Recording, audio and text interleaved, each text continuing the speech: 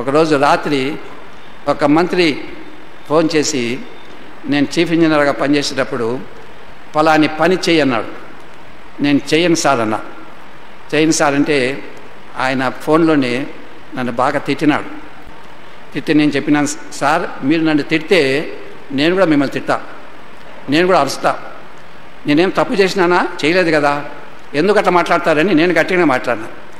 మరుసటి రోజు ఆఫీస్కి వెళ్తాను, వెంటనే సెక్రటరీ నుండి ఫోన్, నువ్వు సెక్రటరీకి రా అని పోయినాను. ఏమైంది అన్నాడు మా సెక్రటరీ, మా బాస్. మినిస్టర్గా నన్ను తిట్టినాడు సార్. నేను తిట్టినాను. మన మినిస్టర్ ఏమన్నా నీతో మాట్లాడినాడా? మాట్లాడలే.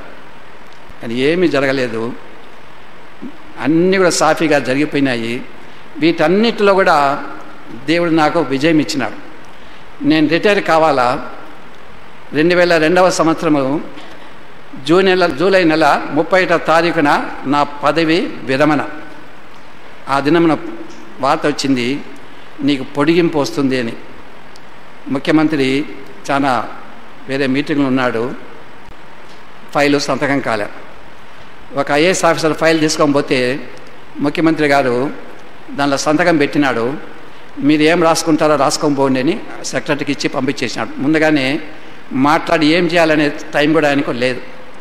ఆ సెక్రటరీ, అప్పుడు నేను చీఫ్ ఇంజనీర్గా ఉన్నాను, ఆయన రాసినాడు దాంట్లో, నీకు ఈయనకు ఇంజనీరింగ్ చీఫ్గా ప్రమోషన్ ఇచ్చి 1 సంవత్సరం ఎక్స్టెన్షన్ ఇస్తుందని.